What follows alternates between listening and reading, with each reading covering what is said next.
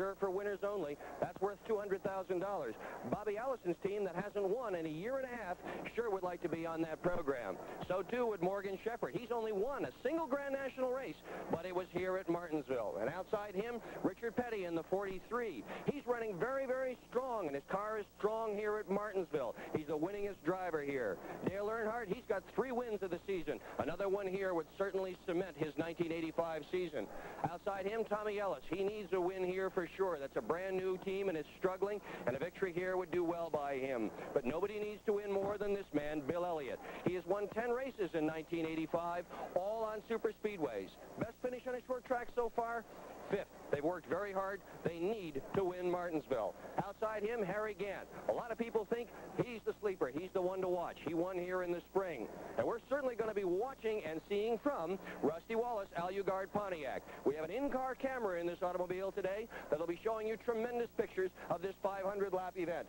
Outside him, Ronnie Bouchard, 1 career Grand National victory. He's driving for a team in turmoil that needs to win. Ricky Rudd hasn't won in over a year and a half. He, too, needs to get on that winner's circle program, and a victory here might help in that regard.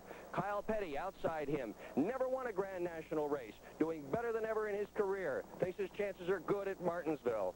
Darrell Waltrip, 86 points behind in the Grand National chase. This kind of racetrack is his kind of home turf. His team is very fired up. They think they've got a good shot. Outside him, Terry Labonte, the defending Winston Cup champion. His program is coming together despite the loss of a crew chief.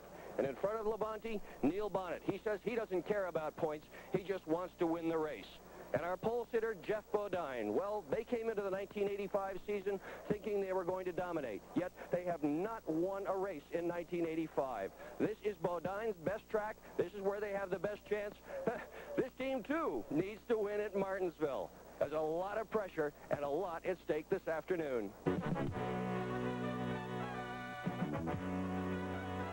From Martinsville Speedway in Martinsville, Virginia, the Goody 500 NASCAR Grand National Stock Car Race. A presentation of SETN, the Special Events Television Network.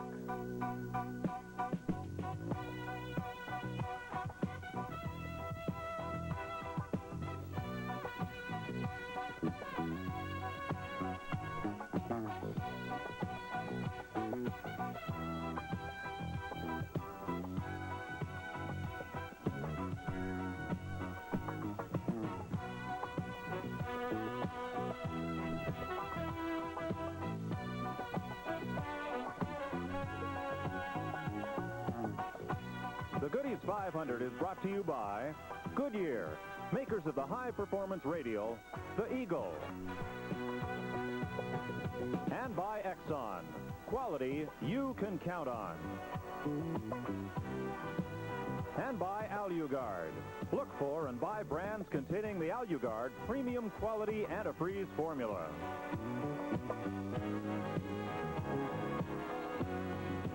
Martinsville Speedway.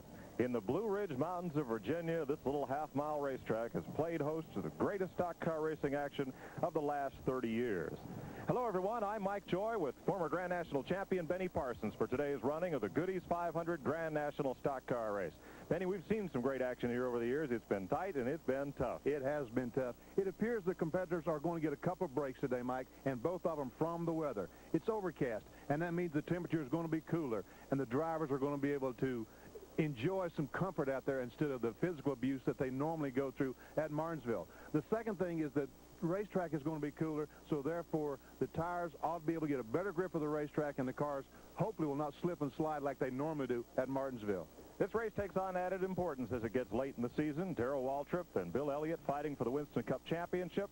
And of the top 10 spots on the starting grid, 5 of those drivers have yet to win their first race of 1985. One of those is the pole sitter, and he's with Dick Bergeron on pit road.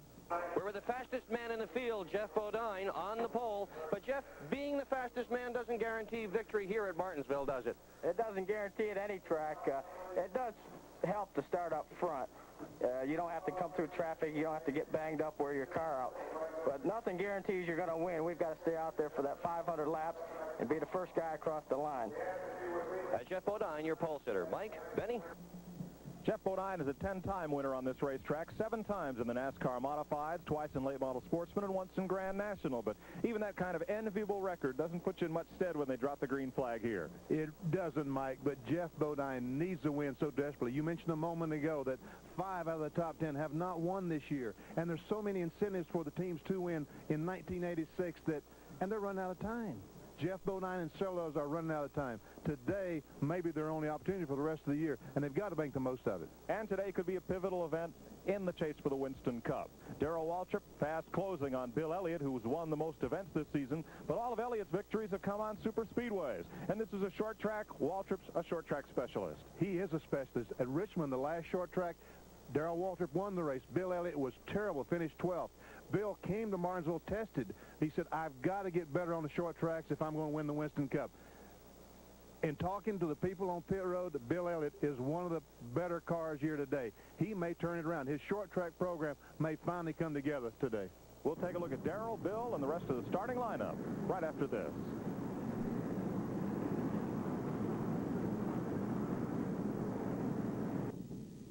There's Grand Marshal Ann Llewellyn Spencer riding in the Pontiac Sunbird convertible at the front of the field as we're set to go racing here in the Goody 500. Rusty Wallace will be starting back in 7th spot, and there's the view from our SETN in-car camera in the Aluguard Spectrum Furniture Pontiac. Let's take a look at the starting lineup for the richest short track race in NASCAR history. Jeff Bodine is on the pole in the Levi Garrett Chevrolet, 90.5 miles per hour, new track qualifying record. He'll start next to third place point man Neil Bonnet in the Budweiser Chevrolet. Starting third is Bonnet's teammate Darrell Waltrip, trying very hard for his 3rd Winston Cup championship. Outside him, Terry Labonte, the Piedmont Airlines Chevrolet, lost Dale Inman a couple of weeks ago. Will be interesting. 2 Fords in the 3rd row, Ricky Rudd of Chesapeake, Virginia, the Motorcraft Ford of Bud Moore. And the Wood brothers from nearby Stewart, Virginia, field the 711 Ford for this man, Kyle Petty. Then comes Rusty Wallace in the Aluguard Pontiac. He will be carrying our camera today. Some good shots from his car. Outside him, Ron Bouchard, his Valvoline Buick. Ron is from Fitchburg, Massachusetts. Here's the point leader, the man who could win $2 million this season, Bill Elliott in the Coors Ford Thunderbird. He'll start next to Harry Gant of Taylorsville, North Carolina in the Skoal Bandit Chevrolet. The rest of the starting field heads up with fastest second-day qualifier Dale Earnhardt, who'll share the 6th row with Tommy Ellis. Morgan Shepherd's in row 7 with the track's all-time winner, Richard Petty. In row 8, we find Bobby Allison alongside Ken Schrader from Fenton, Missouri. In row 9 comes Tim Richmond, been running very well on the short tracks. Alongside him, he had Greg Sachs. Buddy Baker and your younger brother, Phil Parsons, will share the 10th row. And in row 11, youngster Bobby Hillen and veteran driver from right here in Martinsville, Buddy Arrington. In row 12, we find Dave Marcus. Alongside him, Jimmy Means in the Broadway Motors Pontiac. Row 13, Trevor Boyes all the way from Canada, and Clark Dwyer from Colorado.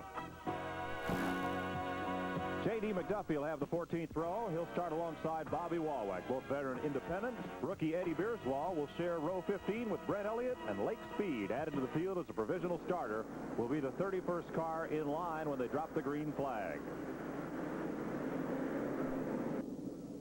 Take a look at the field as they roll past on the pace lap for the Goodies 500. There's our camera car, Rusty Wallace. You'll see pictures from that this afternoon.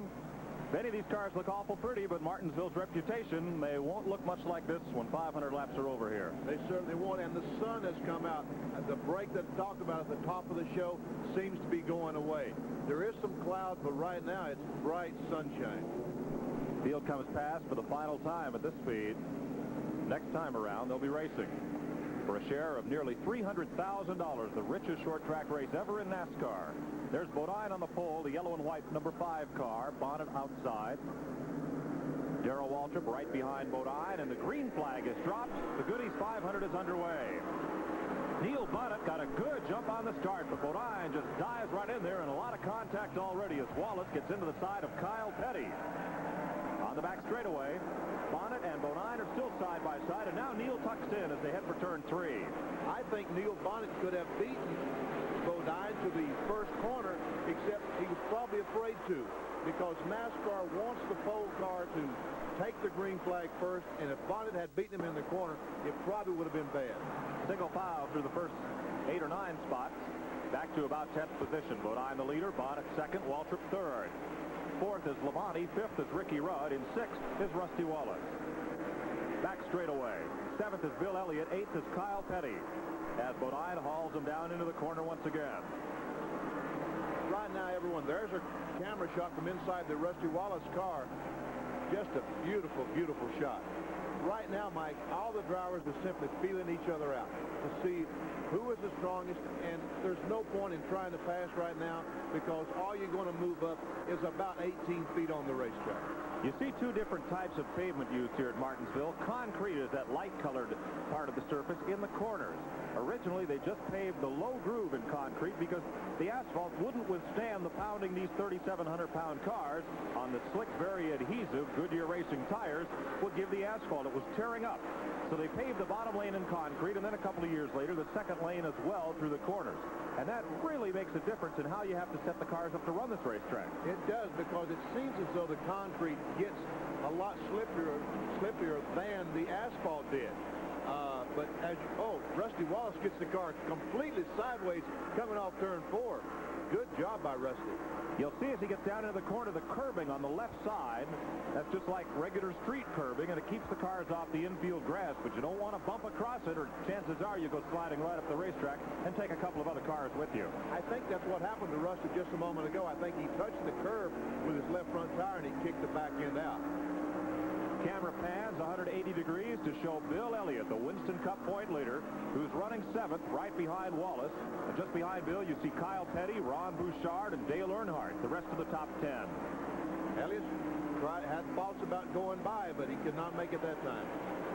Jeff Bodine, the pole sitter, is the leader here. Neil Bonnet, Darrell Waltrip, Terry Labonte, the front 4. Bodine won his first Grand National race on this track and went on to win at Nashville. But this season, goose eggs. They've had some good top 5 finishes, but haven't been to victory lane. It appears like Neil Bonnet in the 12 car is holding up Darrell Waltrip. Darrell driving the 11, the white car behind. It appears as though that Neil is a little bit slower than Darrell. But as I mentioned a moment ago, this early in the race, there's no point in taking a chance of hurting your car, bruising your car, simply to go up 18 feet. Bonnet out-qualified Waltrip by only 2/100ths of a second. Changes made in the last practice session Saturday afternoon may have greatly changed the handling capabilities of these two cars. Here is Waltrip diving to the inside, nothing there. Bill Elliott takes a look underneath Rusty Wallace for 6th spot. Elliott in the 9 car. Wallace in car 2, the Pontiac. And there's the view out his front windshield. At 5th place, Ricky Rudd in the Bud Moore Motorcraft Ford. And we see Darrell Waltrip alongside Neil Bonnet just in front, going down the front straightaway side by side. Looks as though Darrell has the position. Yes, Neil has no shot except move over because Darrell had the position. If you can run the low groove here, Benny, and get under a car coming down the front straightaway, he's pretty well stranded or hung out to dry, as we say, on the outside. There's nothing he can do, Mike, except relinquish the spot because you have it. And then you need to try and tuck back in right away. Yes. Because if you don't, the other cars are just going to come up, and pretty soon you can go back to 10th, 15th, 20th place. There's a good shot of Richard Petty. He has already suffered some pretty serious damage. I see the bumper hanging down the left rear of the car. Richard at Martinsville a couple of weeks ago ran very, very well. And I think that in Martinsville, this might be his opportunity to win on a short track for the first time in many years. Richmond you referred to, I believe, where Petty finished 3rd just a couple of weeks back. Yes. Today's race at Martinsville, Virginia. Here's Bodine, the race leader, and he's opened up quite a margin on Waltrip, as Waltrip had been dueling with Neil Bonnet, and now you can see those two cars have pulled away from Bonnet in 3rd. Way loose comes Rusty Wallace in the 2 car again, but he saved it. It looks like that he and Bill Elliott made some contact back in the corner. Wallace may lose the 6th spot. He's got to give Elliott racing room on the inside. And again, he's fighting a very loose handling race car. You see Elliott go past, and also Kyle Petty moves up into the 7th spot. That'll kick Wallace back to 8th as they haul it back down into the corner once again. Kyle a little loose there, and Wallace has company on the inside. Ron Bouchard, and now Dale Earnhardt. Just like you talked about a moment ago, look at Rusty Wallace on the outside. How's he going to get back inside? Because here comes Morgan Shepherd. And when Morgan gets by, Tommy Ellis is going to be there. So Rusty Wallace is going to lose about 7 or 8 spots just simply because he got outside one time. Morgan Shepherd, the 00 Chevrolet. Tommy Ellison, 18. And here's Earnhardt going for another spot on Ron Bouchard in 47. Earnhardt, the number 3 car, picking up another position on the racetrack. And that will move him up to 8th position. Harry Gant has gotten by. Now Rusty is finally back on the inside of the racetrack, but not after he's lost about 6 or 7 spots. Gant is now the 9th place car. As he moves up in the running order, you see Bouchard at the head of that pack, and here's Buddy Baker on pit road. Unscheduled stop this early in the race, looking at a problem with the rear end. Well, really and truly, we see a lot of smoke under the back of the car. And Baker may be out of the race with rear end trouble. Trouble as Richard Petty and Tim Richmond get together up in turn 3 rather. And Petty will limp across the curbing onto the grass out of harm's way. And no caution flag. Green flag will stay out. Yes. Richard bounces down off the curb and comes back to the racetrack. We'll see a lot of that today. Yes, we will. And Richard is a lap down. The leaders just went by and put Richard a lap down. And that's a tough break. We see some pretty serious damage now on the left front as well as the left rear of Richard's car. Buddy Baker is out with rear end trouble, and this track puts such a premium on rear ends and brakes. It's so hard to keep the brakes on the car because we can see Jeff 09. He's coming down and into a flat corner. The bank is only 3-4 degrees, just enough for the water to come down. It's very difficult. The brakes is a big problem. Leads Dale Earnhardt, Darrell Waltrip, and Terry Labonte, the front 4. There's Bodine's crew chief, Harry Hyde, and Jeff's wife, Kathy, keeping the lap charts on pit road. Mike, it's so difficult to see anyone with an advantage right now. Bodine, Earnhardt, and Waltrip running very close. There we see a right front tire smoking very badly. It looks like that wheel bearing has gone out on that automobile, probably caused by brakes. 3 cars are out of this race with brake trouble already. As once again we look at the leaders, and all 3 of those cars are working real well right on the bottom of the racetrack. Right on the bottom of the racetrack. We see the back end on Earnhardt's car that time come out just a little bit. No big problem, but he is getting a little bit loose. Clark Dwyer has brought the 64 car in to examine that problem, and that's very smart that he did that. Leaders lapped by Bobby Walwack, Superior Piping Buick, the number 74 car. Bodine takes it back down into the corner. Earnhardt, Waltrip gets up alongside the second-place car. Waltrip's going to give him a shot on the inside. Wallach moves over, and Darrell has the spot. He has position. There's nothing Earnhardt can do except back off and let him go. Earnhardt gave the lap car just a little bit too much room, and Waltrip was right there. Now here comes Earnhardt in the number 3 car fighting back on the outside. Well, I said he was going to have to move over, but I don't know if he is or not. Yes, finally he gave way. Had a little help. Darrell came up the racetrack, and Earnhardt said, not yet. J.D. McDuffie pulls to the inside and gets overlapped in the Rumpel Furniture car, and yes, they are cooling the brakes down on Clark Dwyer's machine. Look at the size of the brake caliper. It wraps almost halfway around the wheel, and even so, can't slow these 3,700-pound cars down and keep the brakes at a normal temperature. Here we're going down the backstretch, and Rusty Wallace is all you got running. There's a blown engine, Mike, right in front of Rusty. A lot of smoke out of one car, and you see Wallace wrestle the wheel to keep control as he goes through the oil. He almost spun coming off turn 4 in that oil. And it's Terry Labonte. You can see that snail trail of oil and water that follows him down behind the pit wall. Labonte, the defending Winston Cup champion, goes behind the wall. And more smoke as Eddie Bierswald spins his car coming off turn 4. That will bring out the caution. You see Neil Bonnet waving to the cars behind, indicating that the caution is out for everybody to slow down and take it easy coming through there. Meanwhile, everybody's going to take this opportunity to pit. All the lead cars going in on pit road. Here's Bodine on pit road. Now, last time he changed right side tires at his pit stop. This time he's going to change the left side tires at his stop. This is a perfectly normal pit stop, average sort of thing. Everybody behind him is doing the same.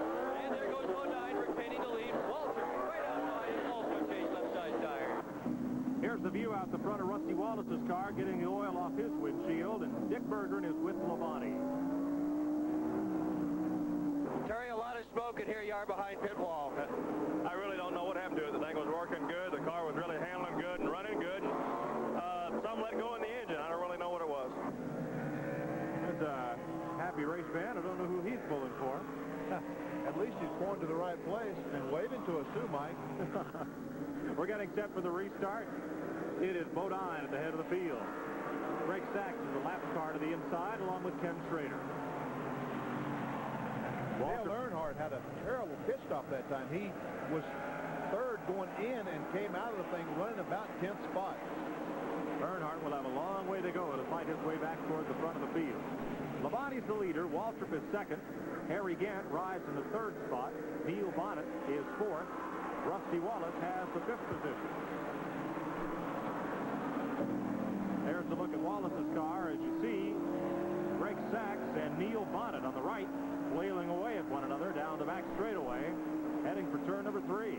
And he's going in that turn when he starts deaccelerating to go in that turn, Mike, he's probably running 120 miles an hour. And he's got to stop that car. And that's why the brakes give so much trouble. It's just almost impossible to stop that car running that speed. Neil Bonnet gave Greg Sachs a shot to move him over. Now, Sachs is a lapped car. Moves to the inside, and Wallace is waving because the caution is out. Debris on the track again. There's a headlight door. We can see there's the headlight door laying on the speedway. And it's just too unsafe for these other cars to be out there because they may puncture a tire on that debris. And we can see again all the cars on pit road getting tires.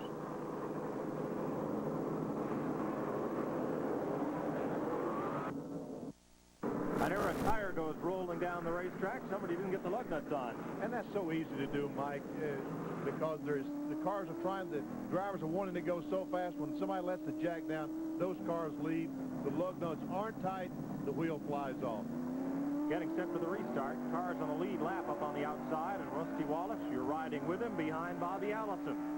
Green flag as they hustle down into turn number 1, and they're running closer together than people park. You're right. We saw Rusty upshifting through the transmission to get the car going. They restart in second gear. He shifted to third, then the fourth. Now, when they get to these turns, there is no downshift. They just use the brakes to slow the car down. On the straightaway, Wallace gets up to about 7,700 RPM before jumping off the throttle and onto the brakes to slow for the tight corners here at Martinsville. Rush hour traffic. Look, those cars are just side by side. Darrell has jumped out to a good lead right now. And driving in traffic here is kind of like driving in rush hour traffic on the highway. If you're in front of the pack, you don't have to use your brakes. You can pick what lane you want to run, where you want to go. But if you're behind a bunch of cars that are running slower than you want to, you're on the brake a lot to slow down, and there's a car in the wall. It is your brother. Phil has backed the car in the wall, knocked the rear bumper completely off the car. We can see the tire marks going up to the wall. And look, the right front tire is down on the right side of that car. It looks like they probably had a flat tire before he hit the wall. Bill Parsons in the fence. Limps that car down to the inside of the racetrack. He'll get it around to pit road. Bodine, Waltrip, Earnhardt, Gant, Allison, Bonnet, and Elliott. Then Bouchard, Kyle Petty. And half the field is on the pit road, led by Ricky Rudd. Phil, it looked like a pretty hard hit. It really wasn't that bad. I cut a tire down as I went to turn 1, and doing as it did, it shot off toward the wall, and I locked the brakes up. So I thought I had a shot at even missing the ball, but it just kept sliding a little bit, just flat. It wasn't really that hard. It probably tore the car up, but as far as inside here, it wasn't that hard to hit. Phil, how is the racetrack? What kind of shape is it in? It's in pretty good shape, really. It's not getting all real slick or anything. I think it's just a good race. Getting set for the restart once again. Pace car is off, and Bodine leads them down to the green. Once again, Sachs is on the inside, trying to get his lap back and get on the lead lap. Waltrip second, Earnhardt is third as they come off turn 2.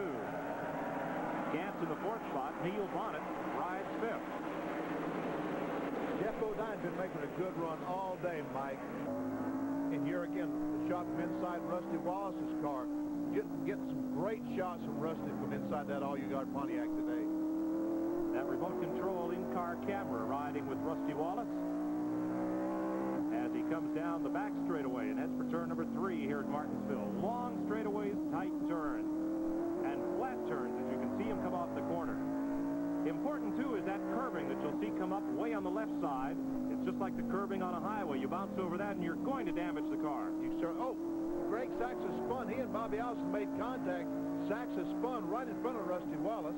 And a good job of Wallace of cutting that wheel sharply to the right to miss it. Puts us under caution again. Wow, that was close for Bobby, and here we see it again. Looks like the Greg Sachs car, Mike, just gets the back end out a little bit, and when he backs off the throttle to straighten the car out, Bobby nails him right in the rear end and turns the car, the 77 car, around. And Allison keeps his foot in the throttle. He knows if he lets up, Wallace is going to be right in the back of him. There's going to be another wreck, that's right. There was a wreck on pit road. Jeff Bodine, Neil Bonnet, and Richard Petty tangled on the pit road trying to get out of the pits. And Richard will have to limp around. Looks like he's going to have to come back in with the front end pointing in different directions. He's going awfully slow around there. I can't see any problem on the left side of the car why he would be going as slow as he is, because oh yeah, I see. Front end is towed out. It's definitely pigeon-toed. Not pigeon-toed, but it's pointing one wheel at the grandstand and one wheel at the infield. He has had some serious damage. Richard Petty's car is really well beaten up. The left rear quarter, right front quarter, left front quarter are all well pushed in. Keeping it in the pits here very, very slow. Crew now looking over the car, trying to decide what, if anything, can be done to repair it. That right front wheel is really out of kilter. Richard Petty in very serious trouble, going to go behind the wall.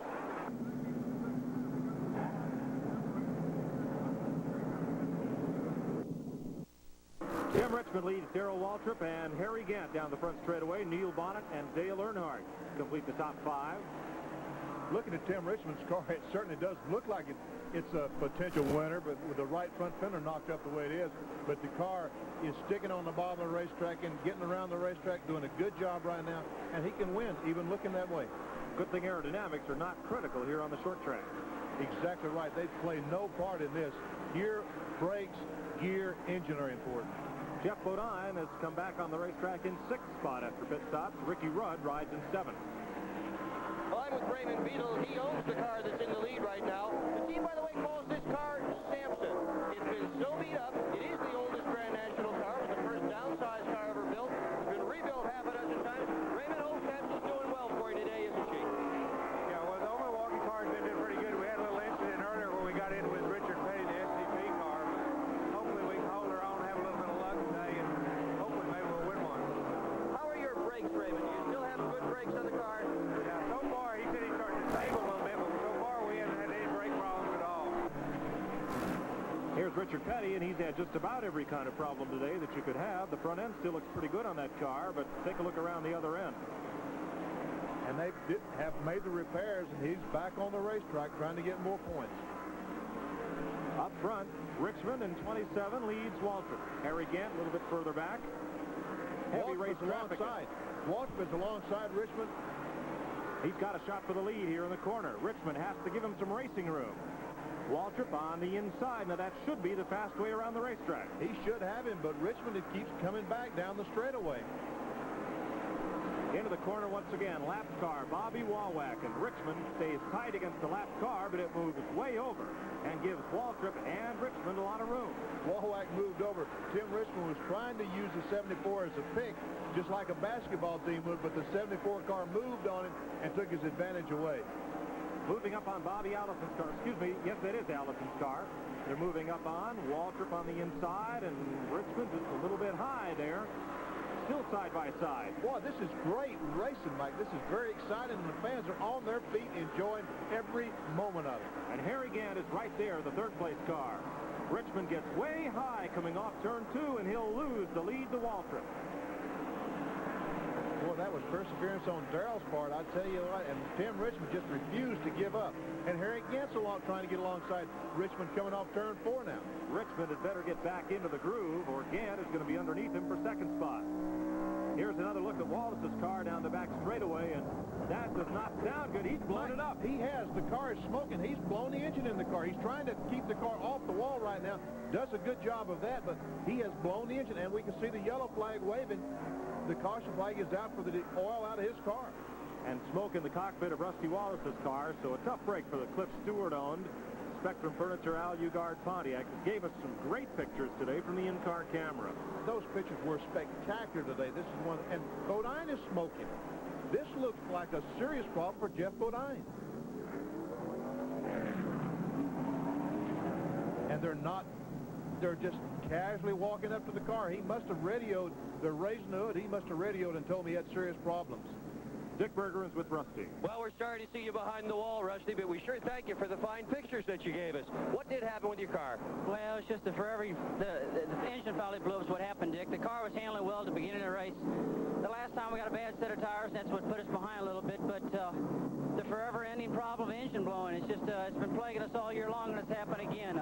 Sorry to see it, because we're trying to make a comeback, you know, and it just doesn't seem like it's going to happen, so we're working real hard trying to make it happen now. It looked like for the last 25 or 30 laps, the back end of the car was trying to lead the front end. Was it a tough drive for you, Rusty? It sure was. It's very hard. You know, I was driving while I was worth. The car was just very, very loose, and it was just a bad set of tires. The tire stagger went away.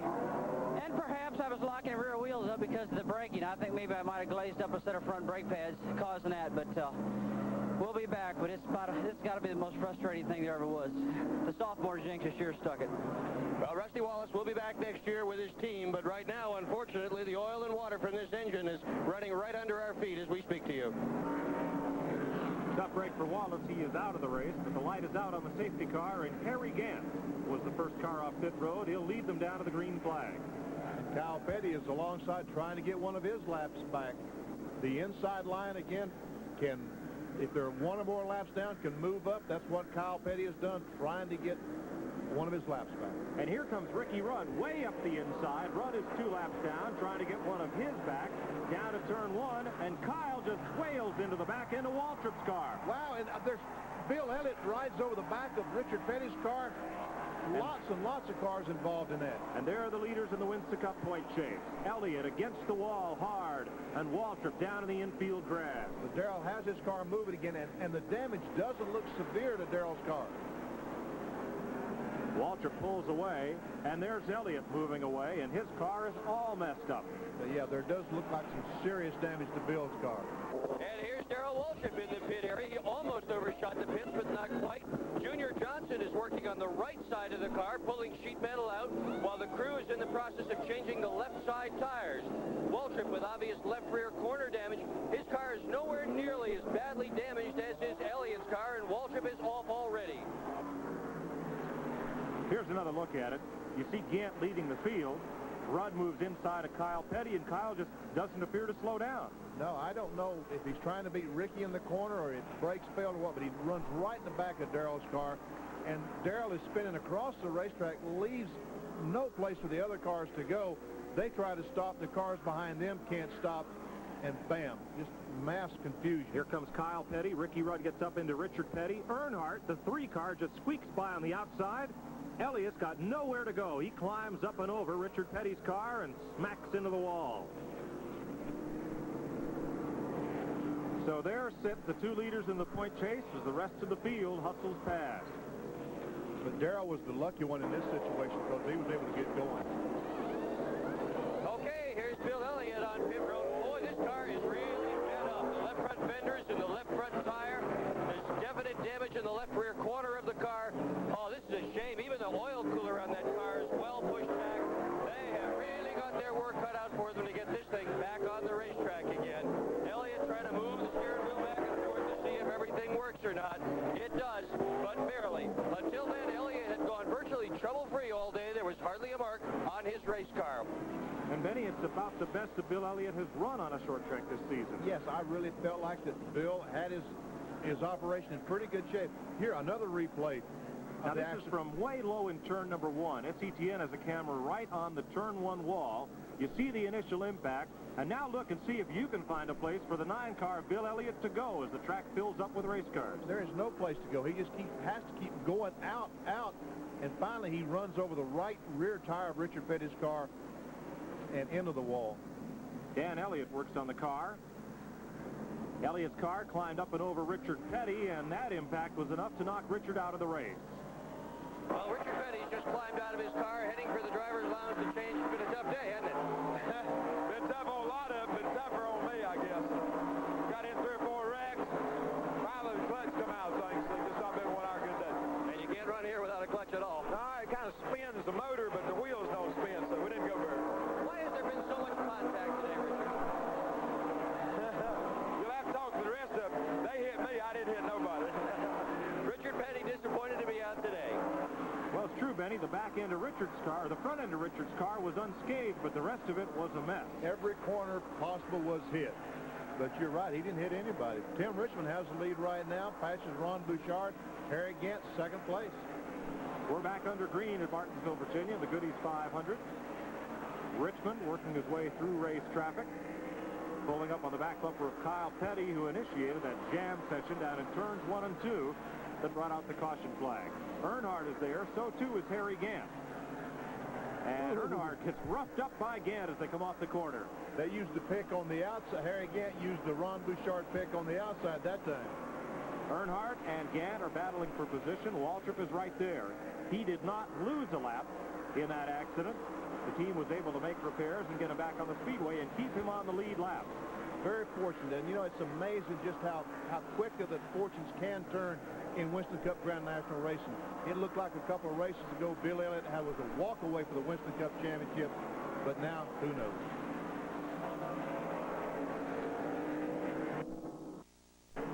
Darrell Waltrip trying to track down Dale Earnhardt, the race leader in the Goody's 500. There's Earnhardt's number 3 car pulling up at the back end of Lake Speed. He has quite an advantage unless there's a caution flag. Darrell Waltrip, I don't believe, is going to catch him. Earnhardt, his car showing the battle scars of half-mile racing, works around Lake Speed's car. And here is Waltrip coming off the corner. He's about a straightaway behind. And we saw Darrell Waltrip fighting the steering wheel just a moment ago. He's losing some of the handle. Harry Gant's the third-place car. They're all on the lead lap. 1 lap down. Ricky Rudd is 4th on a lap by himself. Kyle Petty, Ron Bouchard, and Tim Richmond are 2 laps behind.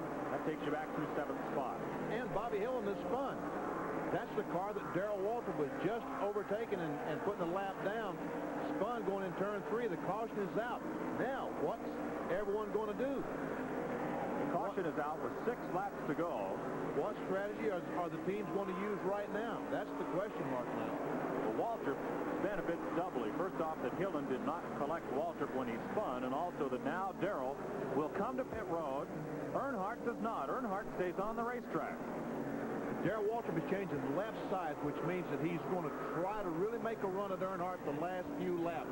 Harry Gant did not pit the last time, but he is coming in this time. Here's Harry Gant on pit road. They have been looking for an opportunity to change tires. They're not going to have much of an opportunity to make up some time. Here is Gant on pit road with the tire change he wanted. But my goodness, he's going to have some real problems catching up with Dale Earnhardt. And they were making a very serious chassis adjustment just as they let their car down. That's one reason they had to hold up and was unable to get back on the racetrack was for the chassis adjustment. And Harry's caught in traffic back there and cannot get up to Dale Earnhardt and Darrell Waltrip. As one of the cars on the lead lap, he should be able to come up around the outside. He made it. He's up behind Darrell Waltrip. Right now we have a real shootout. 4 laps to go. It's anybody's race right now. Earnhardt stayed on the racetrack. Very, very slow, the pace up in turn number 3. Earnhardt wants to really slingshot the field, and he's hard on the throttle. Here comes Earnhardt down to the start-finish line. 4 laps to go. Earnhardt, Waltrip, and Gant to settle the Goody's 500. Behind them is Rudd, 1 lap down. Off turn number 2, and Gant is not going. No. He drops to the inside. He goes to the inside. Waltrip ought to have an advantage with those new left side tires, but Earnhardt's car doing a good job with tires. 3 laps to go. Earnhardt's car is doing a great job, Mike, with tires that are worn, staying low on the racetrack. Harry Gant is just holding on. Something is wrong with that car, but he will stay on the racetrack and try to finish these last 3 laps so as not to lose 3rd spot to Ricky Rudd. Waltrip puts the snout of his Chevrolet right up under the rear bumper of Earnhardt as they come off the corner and down the front straightaway. 2 laps to go, and we can see how serious Dale Earnhardt is. He came off that corner, and they put Harry Gant a lap down.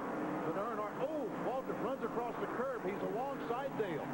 No, Earnhardt, they touched down the back straightaway. They didn't just touch, they rammed and jammed down into the corner. Waltrip again applies the bumper to Earnhardt. Gant now a lap down will have to fight off Ricky Rudd for 3rd, and there's 1 lap to go. Earnhardt had Darrell Waltrip was alongside Dale Earnhardt just a moment ago. Can he do it again? Last chance for Waltrip will be at turns 3 and 4. Earnhardt takes them into the corner. Waltrip will be looking low. They're both right down against the curbing, and Earnhardt stutters a bit coming off turn number 4, late getting on the throttle, and Waltrip has no place to go. Earnhardt wins the Goody's 500. His 4th victory of 1985 and the 14th of his Winston Cup career. I wonder if Darrell is congratulating Earnhardt. I kind of doubt it. Earnhardt, with a wave to the crowd, has picked up his 4th win of the season. Look at the straight marks up and down the side of that car. Waltrip is 2nd. Gant holds off Ricky Rudd for 3rd. And Kyle Petty, there the number 7 car, winds up 5th ahead of Ron Bouchard, their 6th place Bouchard. Dale Earnhardt has won the Goody's 500, and Benny, it was a typical cramming and bamming show. It really was a typical Martinsville show, good competitive show. Dale, quite a last 5 laps. Well, it was. You know, that was a pretty risky call we did there at the end. We didn't stop and get tires, and we knew it was going to be close. I didn't know I could hold Darrell off, but I had to keep him down low. I did everything I could to keep him back there. He did everything good to get by him. It was a good race. How about the pass on Tim Richmond? What about it? Well, it looked like a pretty rough deal. I know nothing rough about it. Dale Earnhardt here in victory lane. Side of his car is bashed a little bit, but he certainly is happy to be here for yet another victory at Martinsville. Well, if you've said many times, Benny, it looks an awful lot different from the cockpit than it does watching it up here. I'm sure that Earnhardt and Tim Richmond thought there was nothing unusual at all about that move. And here is the move that won the race for Dale Earnhardt. This is a couple of laps to go. Darrell Waltrip pushing him. He's trying to get by Earnhardt, trying to keep him back. They come off the 2nd corner. Darrell gets a great jump, gets alongside. Earnhardt they get together. Earnhardt runs Darrell down to the inside, and Darrell had no choice except back off. If Waltrip had gotten underneath Earnhardt, the race would have had a different outcome. 1 lap to go.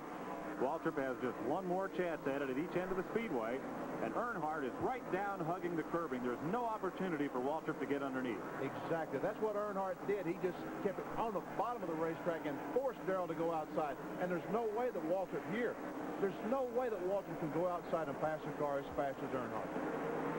Darrell Waltrip ends up just a car length shy of the checkered flag. He's with Dick Berggren. Darrell, you got a nose under him a couple of times, but not quite good enough to take it away from Dale Earnhardt. No, I guess not.